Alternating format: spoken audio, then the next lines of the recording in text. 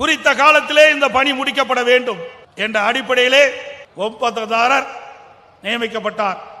நியமிக்கப்பட்டவுடன் அவரும் வேகமாக துரிதமாக செயல்பட்டார்.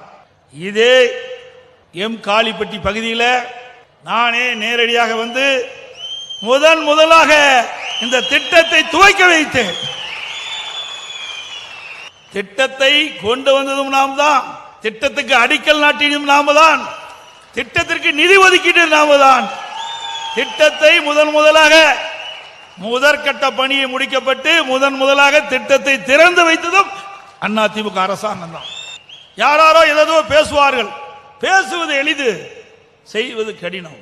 இன்னும் சில ஏரிகள் விடுபட்டு விட்டதாக நம்முடைய விவசாய பெருமக்கள் தெரிவித்தார்கள்.